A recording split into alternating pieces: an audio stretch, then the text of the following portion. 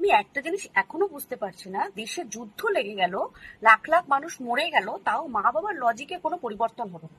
বাড়িতে একজন সদ্য ডাইটিশিয়ান থাকা সত্ত্বেও, যার নাকি 10 ইয়ার এক্সপিরিয়েন্স, তাও তারা মাথা ঘামাবে কোথায়? কখন খবরে দেখাচ্ছে, কখন পেপারে লিখছে, কখন সোশ্যাল মিডিয়া পোস্ট করছে, সেটা দেখে এসে বলবে বাবু দেখ এটা পোস্ট করেছি, এটা খেলে এটা হয়, ওটা খেলে ওটা হয়। মানে আমি কেন 12 বছর পড়াশোনা করলাম, 10 বছর এখানে শেষ করলাম, 22 বছর আমার এখানেই জলাঞ্জলি, বেকার পড়াশোনা করলাম, পড়াশোনা করে কোনো লাভ হলো না।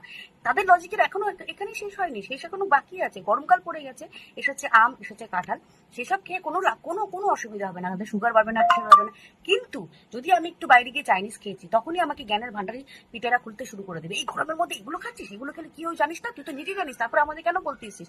অথচ যদি বলতে গেছে যে খেয়েছো তো এক্ষুনি একটু বাদিয়ে আম খাও না, গাছের আম খেলে কি হবে, 400 সুগার হয়ে যাবে, আমাকে শেখাতে এসছিস? এখানেও তোদের লজিক শেষ হয়নি।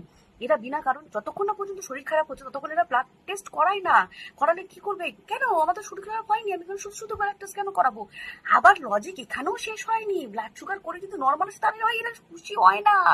এরা ভাই দুঃখে ডিপ্রেশনে চলে যায়, কেন টাকা নষ্ট করে ব্লাড সুগার টেস্ট করালাম, আমার তো সব নর্মাল। অ্যাজ ইফ যে ওদের ব্লাড সুগার যদি হাই হতো বা যদি অন্য কোনো সমস্যা, তাহলে ওরা খুশি হতো। মানে আমি বুঝতে পারছি না যে আমি কেন ওই বাড়িতে আছি। মাঝে মাঝে তো মনে হয় আমি উদ্বাস্তু, এদেরকে জ্ঞান দিয়ে দিতে আমি নিজেও অসুস্থ হয়ে যাচ্ছি। এদেরকে জ্ঞান দিয়ে কোনো সিরিয়াসলি লাভ নেই। আমি বেকার পড়াশোনা করলাম, কিচ্ছু বলবো না এদের।